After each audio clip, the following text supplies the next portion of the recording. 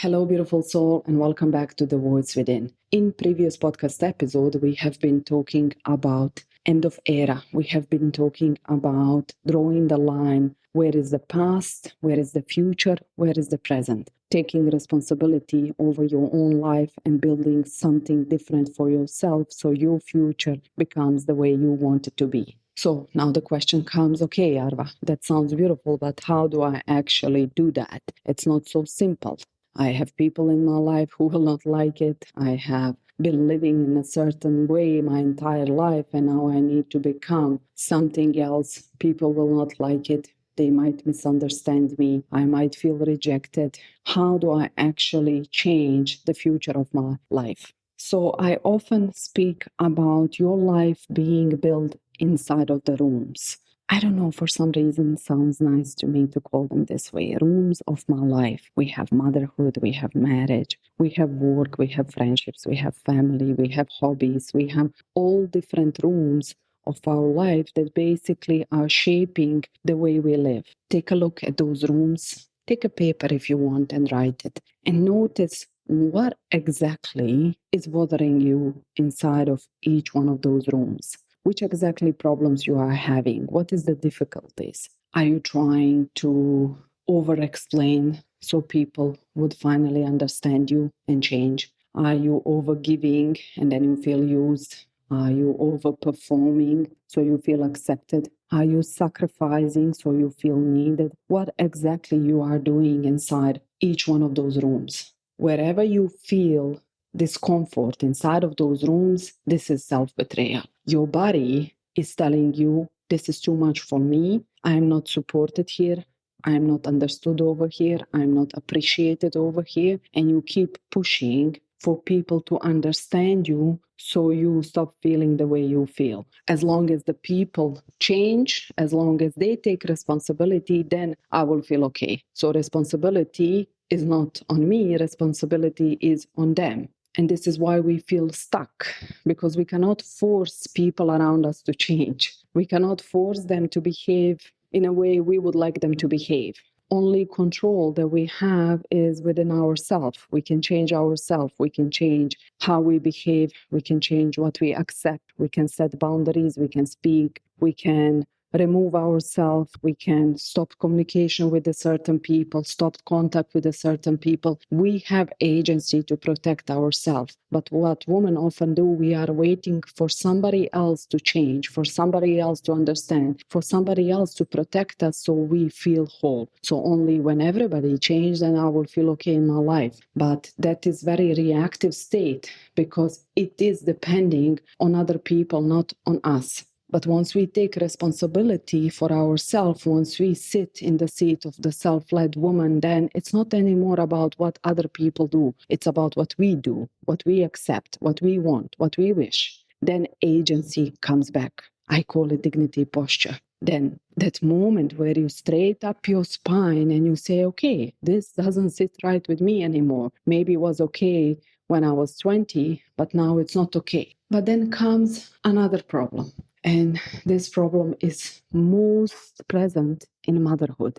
This problem says, my child needs to learn through discomfort. My child needs to learn through consequences. This problem can exist in other rooms of our life, but from my observation was the most present in the motherhood, where I saw that if I decide to stop, let's say, self-betrayal inside of my motherhood, doing everything for my son, not telling him no, being too soft, trying to please him, then basically I'm not doing good for him. I'm not doing good for myself. I become resentful because I'm over-functioning and I rip him off opportunity to learn through discomfort and consequences. So you can apply this rule in any room of your life. And the rule is basically let the people learn through consequences. Let the people build their own spine, especially for the women who are growing, who are self-aware. We see 20 steps ahead. We have that zoom out thinking, how I call it. We see what will happen, what might happen. We started learning patterns. We are aware. We know where certain behavior is leading to, and we try to prevent it. We try to prevent our children from making mistakes. But reality is, if we take example of motherhood, we can do that at a certain point, when the kids are small. But as they grow, only thing we have is building trust with them, guiding them, talking, speaking, and letting them choose their own consequences. We basically remove ourselves from being buffer and let them learn. And this is the hardest part that I have faced in my entire life. Letting go of protecting like a lion, my son, letting go of control, letting go of over-functioning, letting go of over-giving, people-pleasing, every single thing, and opening space for my child to actually build a spine by himself and learn. And of course, here I'm not talking about safety of the child. I'm not talking about letting child to choose not to eat and watch TV whole day. Here I am talking about learning how to move in life. What leads to what? Which behavior leads to what? We can put in a child guidance and explain them how to behave with the people, how to talk, what is socially acceptable. But then on the end, they have to experience on their own skin consequences of their own choices. I always remember my parents telling me, you will see when you have your own child. And I fully now understand that sentence when I'm 40. And honestly, just now when I'm saying it, like I'm about to cry when I remember my parents saying that. And I used to be so pissed off and why are you telling me this thing? What does that mean? It sounds like some threat. It was not threat, it was wisdom. Such a huge wisdom. You will see when you have your child, what does it mean letting go your child to learn on their own skin while you know exactly what is the byproduct of their behavior.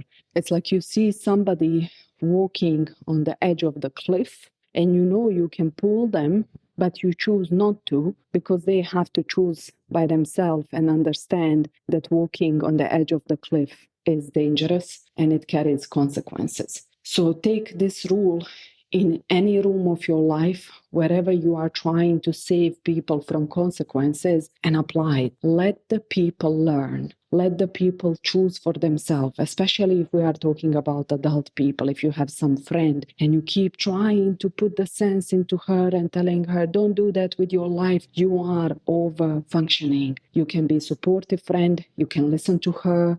You can give advice if she asks for it. However, it's her life, it's her choice. And as long as you are holding with your own hands, trying to prevent the people from learning, you are basically betraying yourself. And now once you take a look at the rooms, you identify self-betrayals, you let the people learn through the consequences, through the life, through their own choices. What happens is you pull energy back to yourself. You become your own center. You realize that, wait a minute, this is not so difficult. Basically, I have time for myself. Basically, I don't have to think that much about what other people will do. Wait a minute, I don't have to control everything. Wait a minute, I don't have to do everything. Wait a minute, I can become my main project. And this is such an exciting place. This is such a good place. And I truly wish for you to reach to that point where you realize, wait a minute, I can shape my life the way I want. I can guide people. I can understand people. I can give empathy. I can be shoulder where they cry. I can share wisdom, but I cannot force them to do something which they fundamentally refuse to do. So what can I do? I can let them choose. And I go and I live my life. I become my own main project. I look at the rooms of my life. I stop self-betrayal. I let the people learn. I let them choose for themselves. I grieve maybe deep inside that things could be different if people decide to change, but people sometimes don't want to change. But then I have so much energy for myself. I have created so much mental space to sit and think, what do I want to do with the rest of my life? And it doesn't mean we don't care about people in our life. It doesn't mean that we will not be often hurted when we see them making bad choices, especially for our children. But the goal is to build capacity inside of ourselves to support them when they need and allowing them to learn discomfort, to develop ability to sit in discomfort. in problems of life and difficulties and consequences of our choices. This is the only way that people can actually learn, especially in motherhood. This is the only way where we